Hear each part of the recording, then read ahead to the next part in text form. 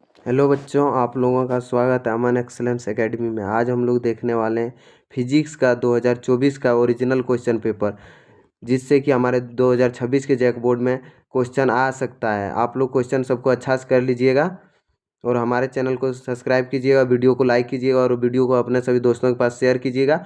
हमारे सपोर्ट में आप लोग बने रहिए, तो आप लोगों के लिए हम एग्ज़ाम की तैयारी अच्छा से करवाते रहेंगे। तो आप लोग अच्छा से क्वेश्चन सबको कर लीजिएगा। इस बार 2026 के लिए सभी क्वेश्चंस इंपॉर्टेंट्स हैं, तो आप लोग क्वेश्चन सबको ध्यान से देखिए। चलिए हम लोग क्वेश्चन शुरुआत करते हैं। तो पहला नंबर क्वेश्चन है, किए गए कार्य का व्योम सूत्र निम्नलिखित में किस व्योम सूत्र के समान है? कार्य का व्योम सूत्र किसके समान है? तो शक्ति के समान है। शक्ति और ऊर्जा दोनों हो सकता है, इसमें शक्ति और ऊर्जा दोनों हो सकता है। तो दोनों में से किसी, तो हम लोग का हो जाएगा किया गया कार्य ऊर्जा के समान होता है। तो किया गया कार्य अगर शक्ति नहीं रहे तो ऊर्जा का समान होता है। तो हम लोग का आंसर नंबर 1 का सही हो जाएगा सी।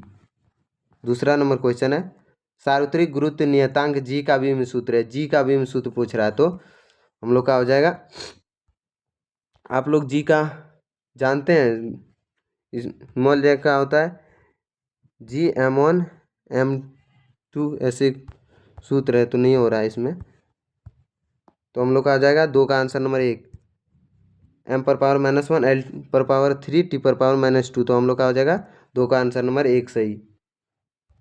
तीसरा नंबर क्वेश्चन है, निम्नलिखित में कौन सा भौतिक राशि नहीं है? भौतिक राशि नहीं है, तो हम लोग का आ जाएगा आंसर नंबर 3 का 1, भौतिक राशि नहीं है, तो हो जाएगा किलोग्राम।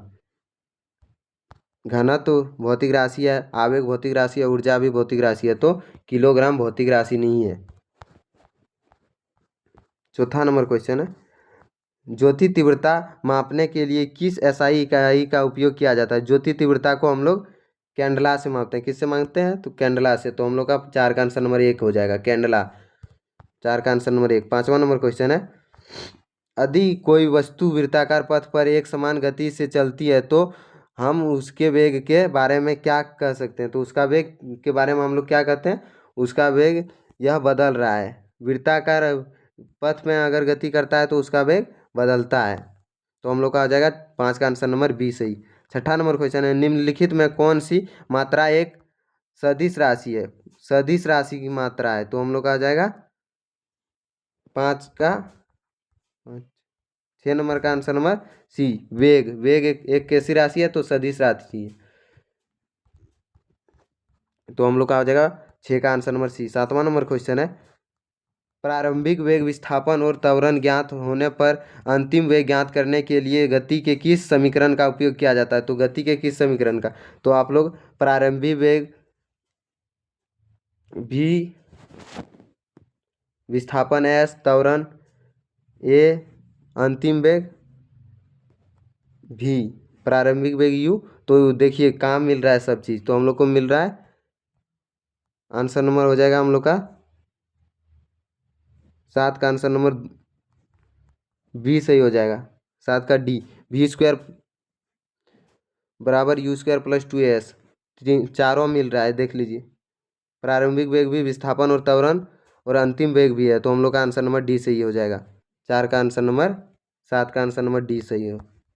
आठवां नंबर क्वेश्चन है, यदि दो सदिश परिणाम में समान और दिशा में विपरीत है तो उनका परिणाम होगा, उनका परिमाण है। उनका परिमाण क्या है? तो उनका परिमाण हो जाएगा 0। क्या होगा? 0। 8 का सी नंबर, उनका परिमाण 0 हो जाएगा। 8 का सी नंबर आंसर सी है। 9 नंबर क्वेश्चन है, दो सदिशों के अदिश गुणनफल को डैश के रूप में भी जाना जाता है। तो दो सदिशों के अदिश गुणनफल को बिंदु गुणनफल के रूप में भी जाना जाता है। तो हम लोग का आ जाएगा 9 का आंसर नंबर बी सही, बिंदु गुणनफल के रूप में भी जाना जाता है। 10 नंबर क्वेश्चन है, परिक्षेप गति में वेग का क्षैतिज घटक रहता है। क्षैतिज घटक क्या रहता है? तो नियत रहता है। परिक्षेप गति में वेग का क्षैतिज घटक नियत रहता है। तो हम लोग का 10 का आंसर नंबर 1 सही हो जाएगा।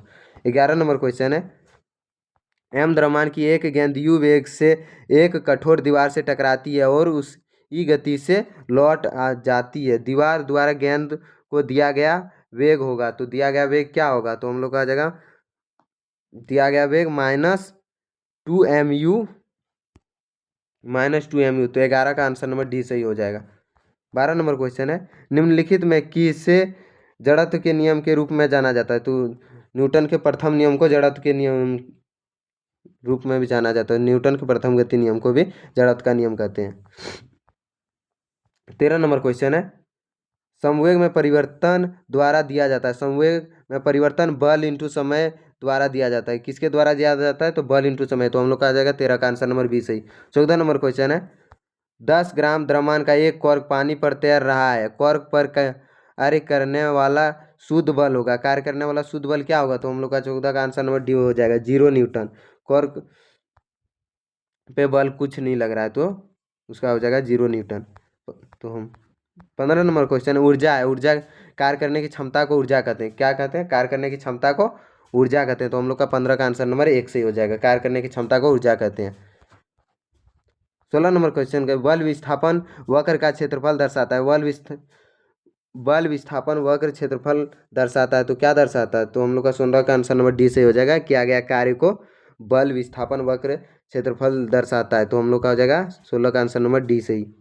17 नंबर क्वेश्चन है, पूर्णतः अप्रत्यास्थ टक्कर में क्या होता है? तो केवल संवेग संरक्षित रहता है। पूर्णतः अप्रत्यास्थ टक्कर में केवल संवेग संरक्षित रहता है।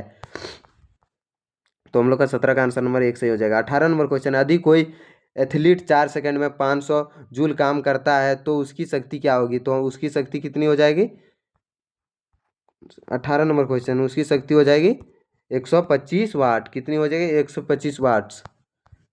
तो हम लोग का 18 का आंसर नंबर 20 है। 19 नंबर क्वेश्चन है, जड़त आघूर्ण और कोणीय संवेग का गुणनफल कहलाता है कोणीय संवेग। जड़त आघूर्ण और कोणीय वेग का गुणनफल कहलाता है कोणीय संवेग। क्या कहलाता है? कोणीय संवेग कहलाता है।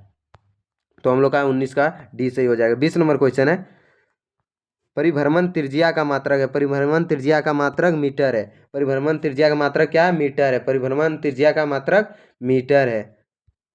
वीडियो को लाइक कीजिए, चैनल को सब्सक्राइब कीजिए और वीडियो को अपने सभी दोस्तों के पास शेयर कीजिए।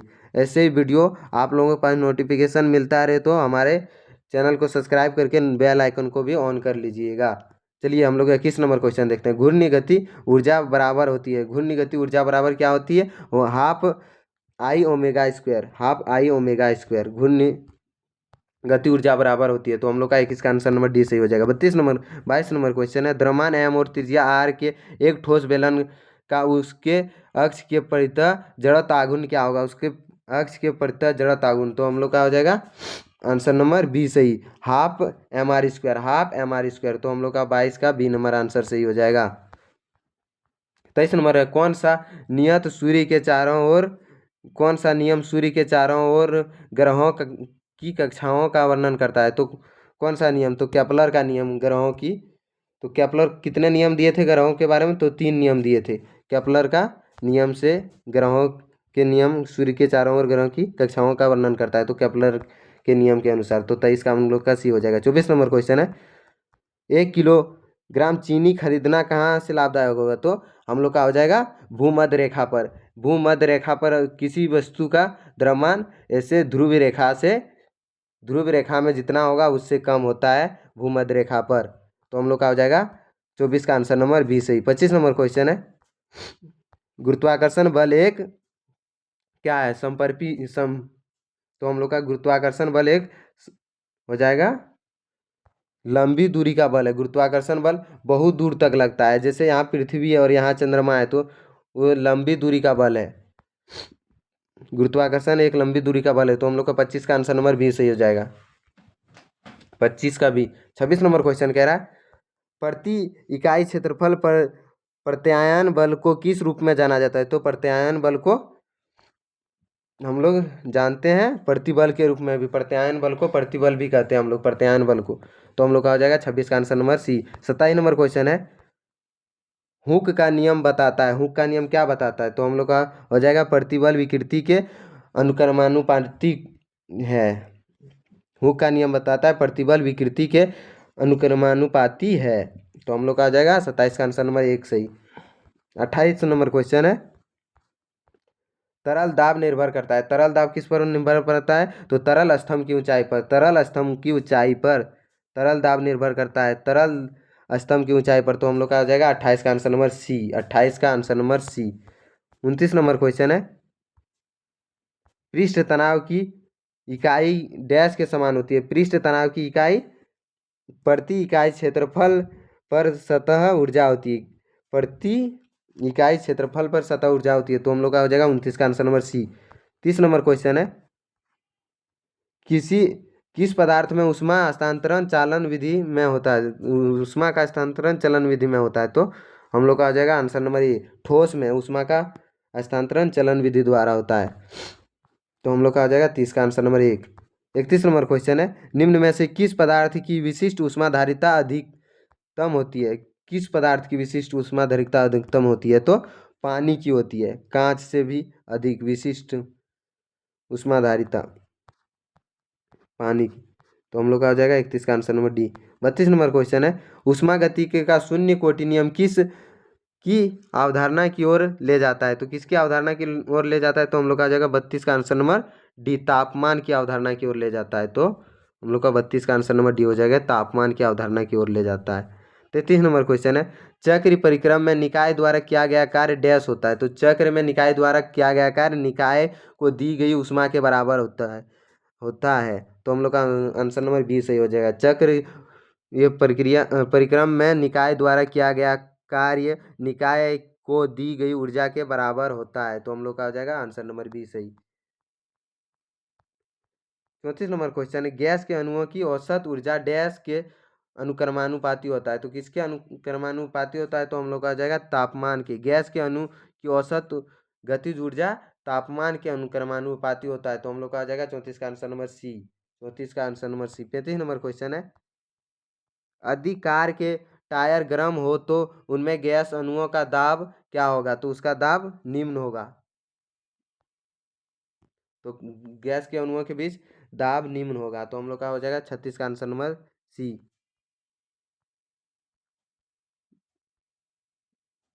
दाब होगा। अधिक कार के टायर गर्म हो तो उनमें अणुओं का दाब होगा। तो अणुओं का दाब उच्च होगा। अणु दाब ज़्यादा लगाएगा टायर में। तो हम लोग का 35 का आंसर नंबर सी ए हो जाएगा।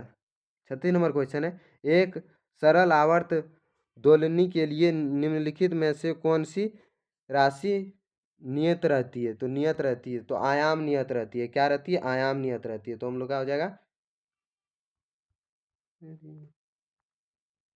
सॉरी इसका आंसर गलत है। एक सरल आवर्त दोलनी के लिए निम्नलिखित में कौन सी राशि नियत रहती है। तो आवृत्ति नियत रहती है। क्या रहती है। आवृत्ति नियत रहती है। तो हम लोग का हो जाएगा 36 का answer number B. 37 number question है, निम्नलिखित में कौन सी SHM के लिए आवश्यक शर्तें हैं। SMH के लिए आवश्यक शर्तें हैं। तो प्रत्यास्था। तो हम लोग का 37 का आंसर नंबर सी हो जाएगा, प्रत्यास्था। 38 नंबर क्वेश्चन है, SHM का आयाम किस भौतिक राशि को दर्शाता है। SHM का आयाम किस भौतिक राशि को दर्शाता है। तो हो जाएगा हम लोग का अधिकतम विस्थापन के भौतिक राशि को दर्शाता है। कौन से भौतिक राशि को। अधिकतम विस्थापन के भौतिक राशि को दर्शाता है। तो हम लोग का आ जाएगा 38 का आंसर नंबर बी सही। 39 नंबर क्वेश्चन है, कपमान डोरी या आर्गन पाइप में किस प्रकार की तरंगें उत्पन्न होती है। तो किस प्रकार की तरंगें उत्पन्न होती है। अनुप्रस्थ तरंगें भी उत्पन्न होती है और अनुदैर्ध्य तरंगें भी उत्पन्न होती है। तो हम लोग का दोनों इसमें ऑप्शन सही है। 40 नंबर क्वेश्चन है, ध्वनि तरंगे का कौन सा गुण बीट के निर्माण के लिए उत्तरदायी है। तो कौन सा। तो आवर्ती है। कौन सा है। तो आवर्ती है। तो 40 का आंसर नंबर सी हो जाएगा। ध्वनि तरंगे का कौन सा गुण बीट के निर्माण के लिए उत्तरदायी है। तो आवर्ती उत्तरदायी है। सभी क्वेश्चन को आप लोग अच्छा से कर लीजिएगा और हमारे वीडियो को लाइक कीजिएगा, चैनल को सब्सक्राइब कीजिएगा और वीडियो को सभी अपने दोस्तों के पास शेयर कीजिएगा। तो चलिए मिलते हैं अगला वीडियो में। Thank you for watching this video. जय हिंद, जय भारत, जोहार झारखंड।